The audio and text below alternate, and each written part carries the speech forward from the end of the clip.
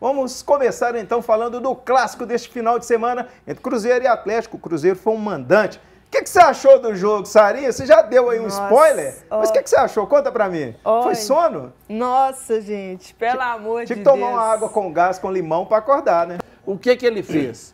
Ele fez uma marcação individual do Fausto Veras em cima do Matheus Pereira, que fez a pior partida com a camisa do Cruzeiro. Sim. Mas peraí. Matheus Pereira. Então vamos abrir um parênteses aqui. O Matheus Pereira jogou mal?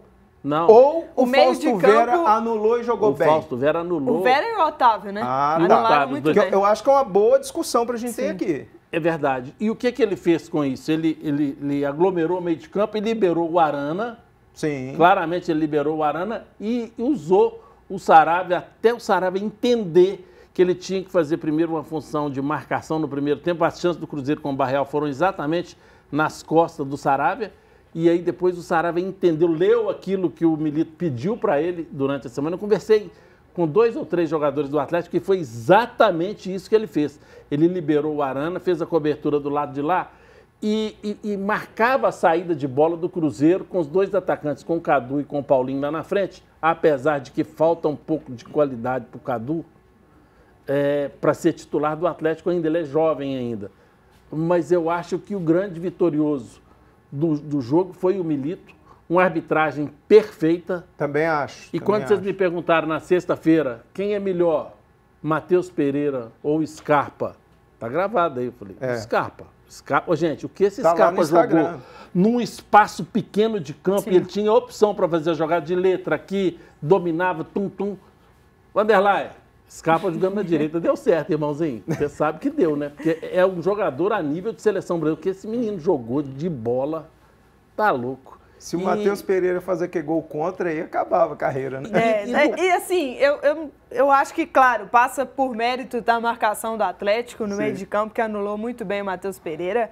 Mas se a gente está falando de um cara que é o diferencial do time, que é um potencial craque do Campeonato Brasileiro, ele tem que encontrar formas de jogar também. Sim. Então, claro, que a marcação do Atlético foi muito boa, mérito para o Milito, que estudou muito bem como o Cruzeiro joga, principalmente dentro de casa. Sim. Mas o Matheus Pereira ele tem que encontrar alternativas. A única bola que ele achou no jogo foi no final com o Arthur Gomes.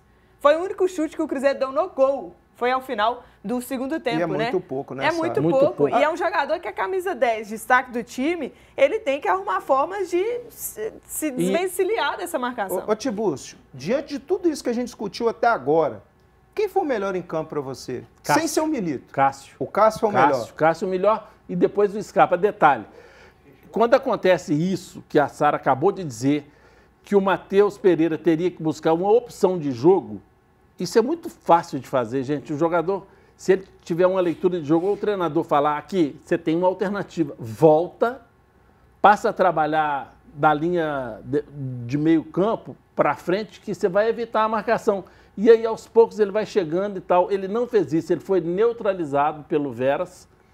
E o Cruzeiro teve algumas boas peças. Eu acho que o menino que entrou, que chutou a bola na trave, não pode ser reserva do Cruzeiro. O Arthur Gomes não pode ser reserva, isso para mim é claro. E eu também, eu gostei que o Wallace deve ter pedido para sair, porque ele está sem o ritmo de jogo. Não está em forma ainda.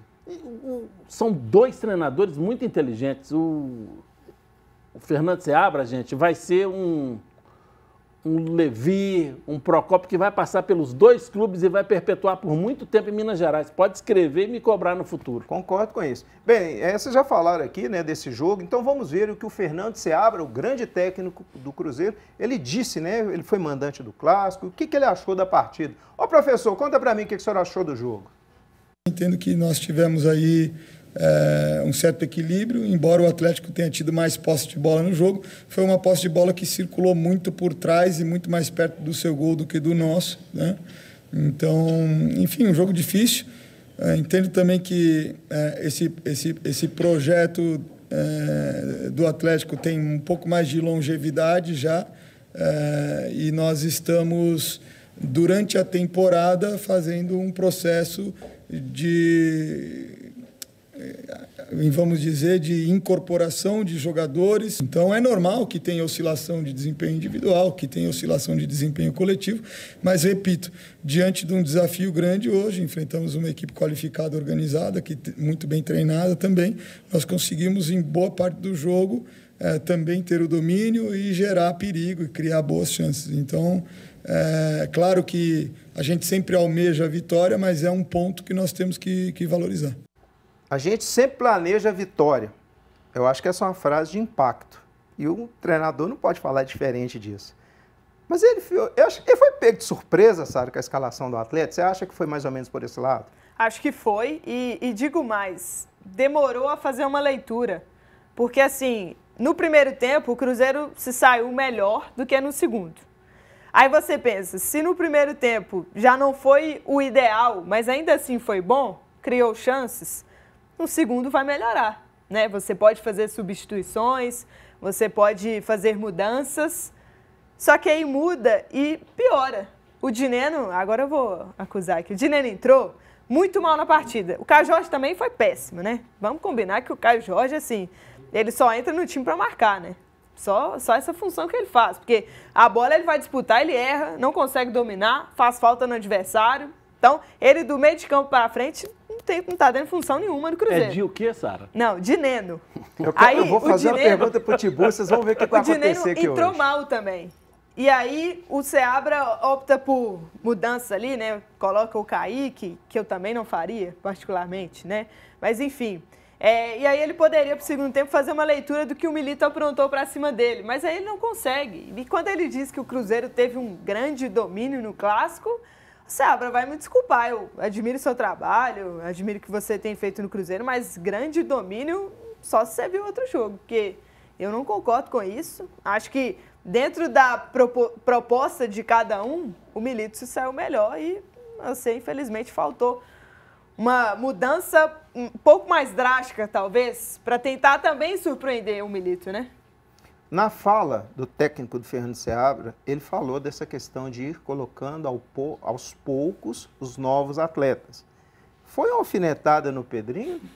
Você achou? Foi. Porque eu senti isso. Eu até acho que a escalação do Wallace foi dele, não. Foi do dono.